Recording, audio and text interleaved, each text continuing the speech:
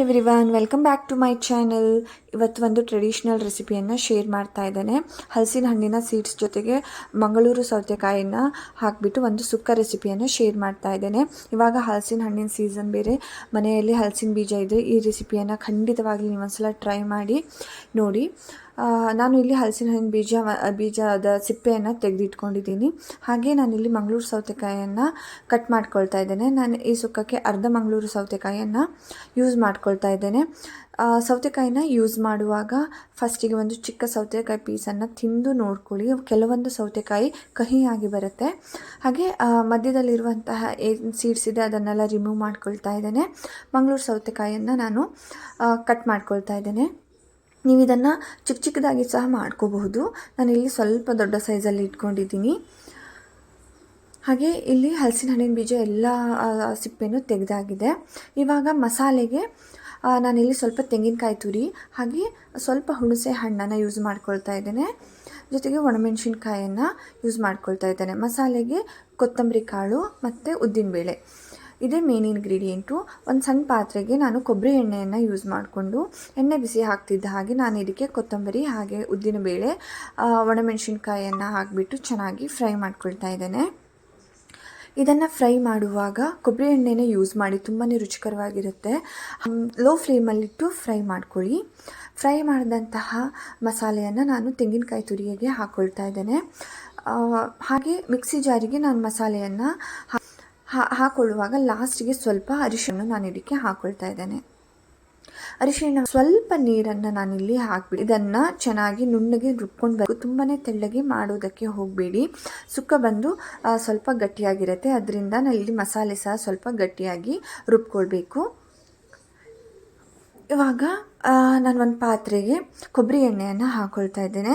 ಕೊಬ್ಬರಿ ಎಣ್ಣೆ ಬಿಸಿ ಆಗ್ತಿದ್ದಾಗೆ ನಾನು ಇದಕ್ಕೆ ಸಾಸಿವೆಯನ್ನು ಹಾಕ್ಕೊಳ್ತಾ ಇದ್ದೇನೆ. ಸಾಸಿವೆ, ಕರಿಬೇವು ಸೊಪ್ಪು ಹಾಗೆ ಒಂದು ಒಣಮೆಣಸಿನ್ಕಾಯನ್ನು ನಾನಿಲ್ಲಿ ಹಾಕ್ಕೊಳ್ತಾ ಇದ್ದೇನೆ. ಇದೆಲ್ಲ ಹಾಕಾದಮೇಲೆ ಇವಾಗ ಸ್ವಲ್ಪ ಹಿಂಗನ್ನು ಹಾಕ್ಕೊಳ್ಬೇಕು. ಹಾಕಿ ಆದಮೇಲೆ ಇದಕ್ಕೆ ನಾವು ರೆಡಿ ಮಾಡಿ ಇಟ್ಕೊಂಡಂತಹ ಹಲಸಿನ ಹಣ್ಣಿನ ಬೀಜವನ್ನು ಹಾಕ್ಕೊಳ್ಬೇಕು. ಇದನ್ನು ಒಂದು 5 ನಿಮಿಷ ಕೊಬ್ಬರಿ ಎಣ್ಣೆಲೆ ಚೆನ್ನಾಗಿ ಫ್ರೈ ಆಗೋದಕ್ಕೆ ಬಿಡಿ. ಇದು ತುಂಬ ಟೇಸ್ಟಿ ಕೊಡುತ್ತೆ ಈ ರೀತಿ ಮಾಡೋದ್ರಿಂದ. ಇದೆಲ್ಲ ಸ್ವಲ್ಪ ಎಣ್ಣೆಲೆ ಫ್ರೈ ಆದರೆ ಟೇಸ್ಟ್ ಜಾಸ್ತಿ ಆಗುತ್ತೆ. ಹಾಗೆ ಹಲಸಿನಕಾಯಿ ಏನು ಬೇಯಲ್ಲ ಆ ಥರ ಏನೂ ಇಲ್ಲ. ಇದೊಂದು ಬೇಯಿಸಿದ್ರೆ ಒಂದು 15 ನಿಮಿಷದಲ್ಲಿ ಇದು ಚೆನ್ನಾಗಿ ಬೇಯುತ್ತೆ. ಇವಾಗ ಇದು ಚೆನ್ನಾಗಿ ಫ್ರೈ ಆಗಿದೆ ಒಂದು 5 ನಿಮಿಷ. ನಾನು ಇದಕ್ಕೆ ಕಟ್ ಮಾಡಿ ಇಟ್ಕೊಂಡಂತಹ ಮಂಗಳೂರು ಸೌತೆಕಾಯಿಯನ್ನು ಹಾಕ್ಕೊಳ್ತಾ ಇದ್ದೇನೆ. ಇದನ್ನು ಸಹ ಚೆನ್ನಾಗಿ ಮಿಕ್ಸ್ ಮಾಡ್ಕೊಳ್ಳಿ. ಇವಾಗ ಸ್ವಲ್ಪ ಉಪ್ಪನ್ನು ಹಾಕ್ಕೊಳ್ತಾ ಇದ್ದೇನೆ. ಹಾಗೆ ಸ್ವಲ್ಪ ನೀರನ್ನು ಹಾಕಿಬಿಟ್ಟು ಇದನ್ನು ಬೇಯಿಸ್ಕೊಳ್ಬೇಕು. ಇದು ಎರಡು ಚೆನ್ನಾಗಿ ಬೇಯೋ ತನಕ ಒಂದು 80% 90% ಬೇಯೋ ತನಕ ಇದನ್ನು ಚೆನ್ನಾಗಿ ಬೇಯಿಸ್ಕೊಳ್ಳಿ. ಇದು ಒಂದು 10-15 ನಿಮಿಷದಲ್ಲೇ ಚೆನ್ನಾಗಿ ಬೇಯುತ್ತೆ. ಹಾಗೆ ಬೇಯಿಸುವಾಗ ತುಂಬ ನೀರು ಸಹ ಹಾಕೋದಕ್ಕೆ ಹೋಗಬೇಡಿ. ಸುಕ್ಕ ಆಮೇಲೆ ತೆಳ್ಳಗಾಗಿಬಿಡುತ್ತೆ. ಅದರಿಂದ ನೀವು ಈ ಸುಕ್ಕವನ್ನು ಚಪಾತಿಗೆ, ದೋಸೆಗೆ, ಪುರಿಗೆ ಎಲ್ಲ ಸಹ ಯೂಸ್ ಮಾಡ್ಕೋಬಹುದು. ಇಲ್ಲಾಂದರೆ ಸೈಡ್ ಡಿಶ್ ಆಗಿ ಸಹ ಯೂಸ್ ಮಾಡ್ಕೋಬೋದು. ಇವಾಗ ನೋಡಬಹುದು ಒಂದು 90% ಬೆಂದಿದೆ. ಇನ್ನು ಸೌತೆಕಾಯಿ ಸ್ವಲ್ಪ ಬೇಯೋದಕ್ಕಿದೆ. ಈ ಟೈಮಲ್ಲೇ ನಾನು ಮಸಾಲೆಯನ್ನು ಹಾಕ್ಕೊಳ್ತಾ ಇದ್ದೇನೆ. ಮತ್ತು ಏನು ಬೇಯೋದಿದೆ ಇದು ಮಸಾಲೆ ಜೊತೆಗೆ ಬೇಯುತ್ತೆ. ಹಾಗೆ ಸ್ವಲ್ಪ ಮಿಕ್ಸಿ ಜಾರಿಗೆ ನೀರು ಹಾಕಿ ವಾಶ್ ಮಾಡಿ ಹಾಕಿ ಬಂದಂತಹ ನೀರನ್ನು ಸಹ ಇದಕ್ಕೆ ನಾನು ಹಾಕ್ಕೊಂಡು ಚೆನ್ನಾಗಿ ಮಿಕ್ಸ್ ಮಾಡ್ಕೊಳ್ತಾ ಇದ್ದೇನೆ. ಇದನ್ನು ಇವಾಗ ಇದಕ್ಕೆ ರುಚಿಗೆ ತಕ್ಕಷ್ಟು ಉಪ್ಪನ್ನು ನಾವು ಹಾಕ್ಕೊಳ್ಬೇಕು. ಆವಾಗಲೇ ಸ್ವಲ್ಪ ಉಪ್ಪನ್ನು ಹಾಕ್ಕೊಂಡಿದ್ವಿ. ಸೊ ಇವಾಗ ಸ್ವಲ್ಪ ನೋಡಿಕೊಂಡು ಉಪ್ಪನ್ನು ಹಾಕ್ಕೊಳ್ಳಿ. ಉಪ್ಪು ಹಾಕಿಬಿಟ್ಟು ಇದನ್ನು ಚೆನ್ನಾಗಿ ಮಿಕ್ಸ್ ಮಾಡಿ ಲೋ ಫ್ಲೇಮಲ್ಲಿ ಇಟ್ಟು ಒಂದು ಪ್ಲೇಟನ್ನು ಮುಚ್ಚಿ ಇದನ್ನು ಒಂದು 10 ನಿಮಿಷ ಚೆನ್ನಾಗಿ ಬೇಯಿಸಿ. ನೋಡಬಹುದು ಇವಾಗ 10 ನಿಮಿಷ ಆಗಿದೆ, ಎಷ್ಟು ಚೆನ್ನಾಗಿ ಬೆಂದಿದೆ ಅಂತ. ಹಾಗೆ ಮಸಾಲೆ ಏನು ಸ್ವಲ್ಪ ತೆಳ್ಳಗಿತ್ತು ಅದು ಸಹ ದಪ್ಪಾಗಿ ಬಂದಿದೆ. ನಿಮಗೆ ಈ ಸುಕ್ಕ ಏನಾದರೂ ಸ್ವಲ್ಪ ಸ್ವೀಟಾಗಿ ಬೇಕು ಅಂದರೆ ಮಸಾಲೆ ಹಾಕುವಾಗ ಒಂದು ಸಣ್ಣ ತುಂಡು ಬೆಲ್ಲವನ್ನು ನೀವು ಹಾಕ್ಕೊಳ್ಬಹುದು.